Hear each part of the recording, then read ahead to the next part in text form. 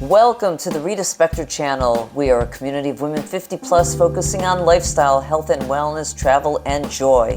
In today's episode, as part of our Powerhouse Women series, we are delighted to have community and spiritual leader Rabbi Efrat Zarren Zohar. For nearly 30 years, Rabbi Efrat has been a leader at the Center for the Advancement of Jewish Education, known as CAJE, in Miami, Florida, overseeing the March of the Living, the Jewish Film Festival, the Florence Melton School of Adult Learning, and many other programs. Efrat and I have been close friends for 31 years, and Sid and I were honored to have Efrat officiate at our wedding in 2019. Rabbi Efrat is married to Avi Rosenberg, a commercial real estate manager, and has one son and 3 stepchildren. Let's meet Rabbi Efrat Zarren Zohar.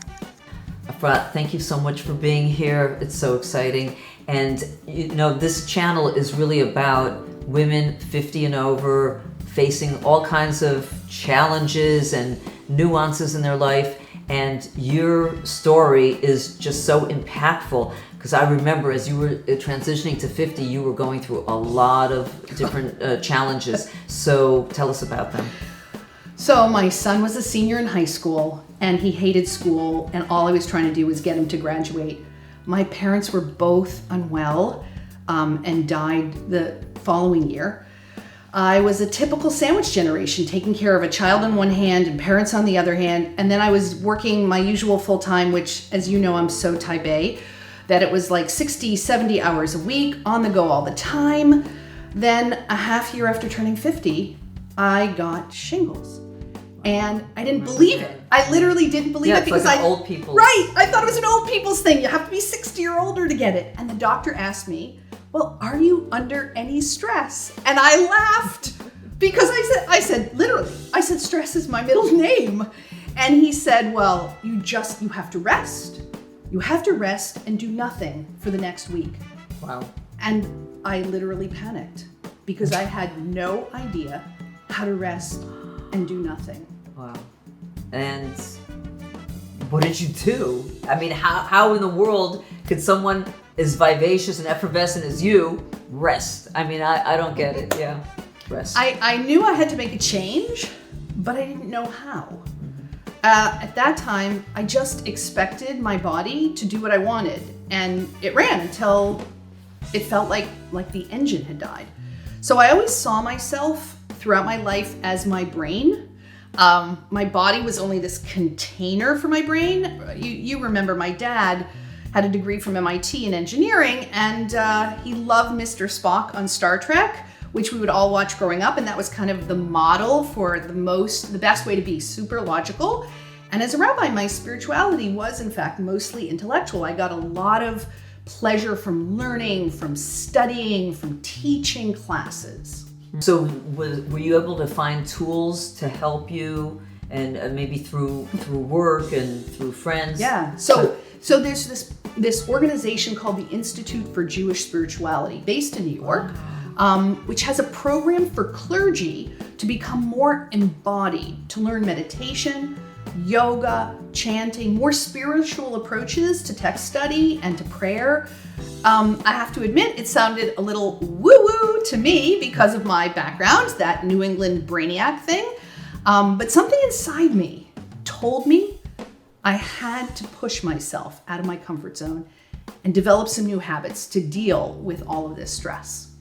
So how did it go with yoga, meditation, all the stuff that I do all the time, and you just got started doing it? Right. How did it go for you? It was actually life-changing.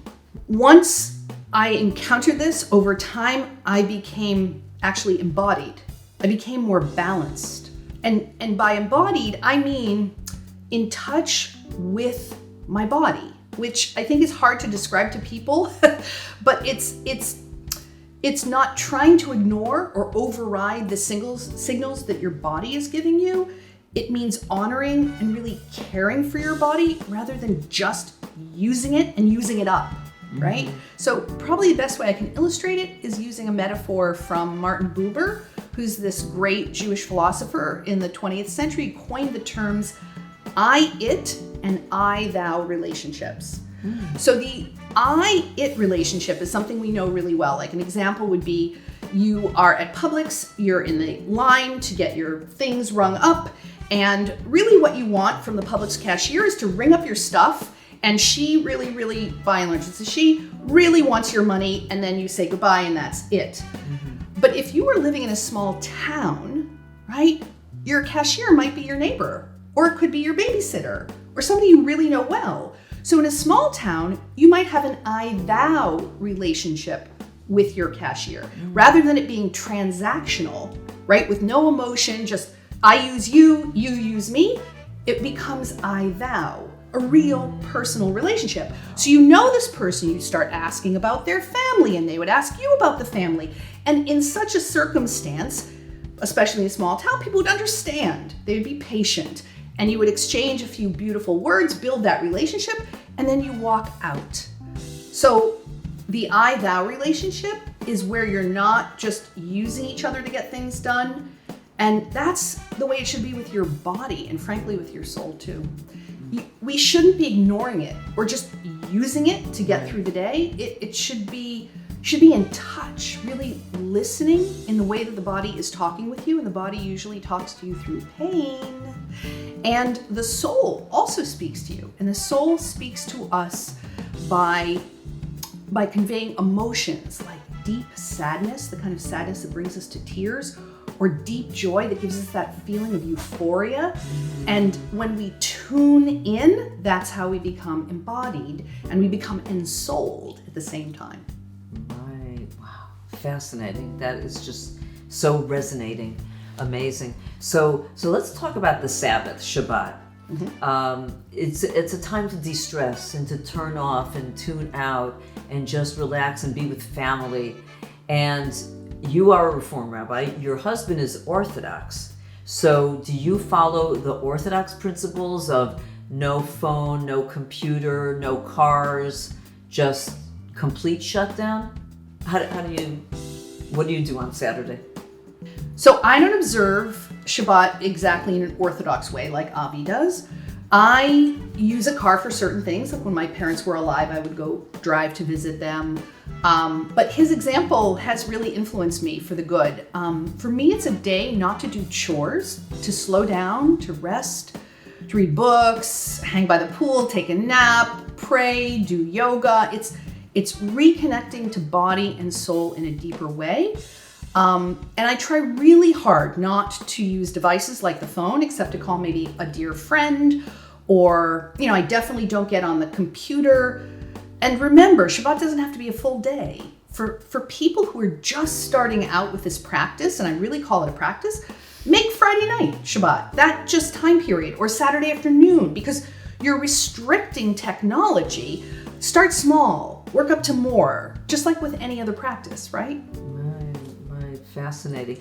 So Shabbat is basically a Jewish thing, isn't it? So honestly, every human being in the world today, in the modern world, needs a Shabbat. Because we live in this fast-paced, technology-focused world, and it's also, frankly, a part of course, Judaism and Christianity, as well as Islam, just on different days, right? They all have Shabbats. Shabbat is simply the word in Hebrew, you know this, for stopping or ceasing work, stopping laboring. And there's this woman named Tiffany Schlein, a self-proclaimed secular Jew, who discovered that when she and her family had turned off all their devices one day a week, and they picked Shabbat because they were Saturday, because they were Jewish, they got so much happier and more in touch with each other. They slowed down, they played games together, they had conversations, eyeball to eyeball, they hung out, they invited guests to eat in their home. So if you Google technology Shabbat or tech Shabbat, you're gonna see a bunch of YouTubes all about this, some short, some long, really worthwhile watching. Wow, that is fascinating, and that's such great advice too. Yeah. Because one day a week to shut everything down is what recharges us.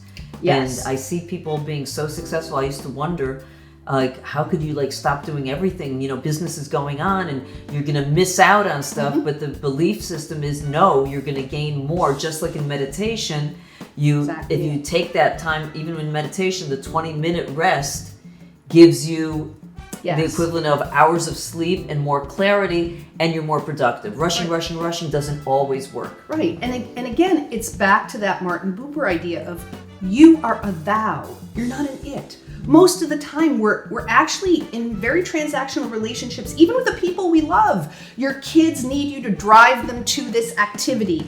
Your family wants you to plan their vacation. You're an it. Shabbat is a whole day to just be a thou, so that we can be human beings, not just human doings, which was a phrase that a Jewish man, Richard Alpert, known as Ramdas, pointed out. Yes, that was his. Wow. Be a human being, not just a human doing. Wonderful advice, wonderful.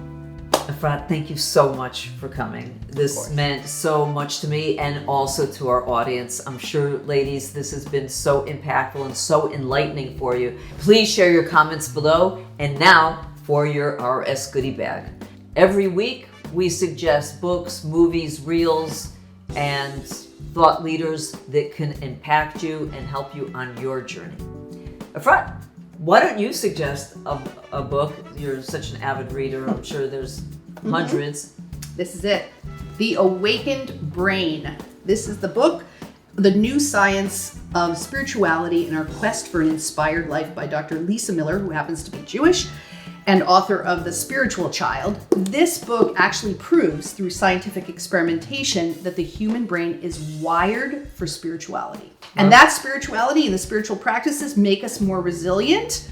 And this book was so impactful for somebody like me that comes from that more logical side of things. So super, super amazing book to read about her transformation as well into that awakening of the brain. Excellent. And you'll be able to find that in the links below. Rather than a movie, I have been binge watching this wonderful series on HBO Max called Hacks. It is a fascinating story about an aging actress, Las Vegas actress. I'm not going to say any more. You have to watch it and you will end up binging. So prepare your popcorn and your healthy snacks. For this week's activity, I was thinking about road trip. Who doesn't love a road trip? Take a few girlfriends, get your snacks, and get on the road. You can go to another city, you can go to another state, maybe meet other friends at a theme park, or drive to a friend's home. It could be a lot of fun. And you could even fly back if you just rent the car and drive one way. So think about it. Want to hear your comments. If you've done this or if you're planning it, we want to hear about it. So ladies, in the world of social media, being a follower will make you a leader, so please subscribe. Also, very important, see the links below for references, some sponsored, some not. I only endorse what I truly, truly believe and love. And ladies, until we meet next episode, be strong, be resilient, be joyful, and never let anyone or anything take away your peace. Make your day and someone else's great.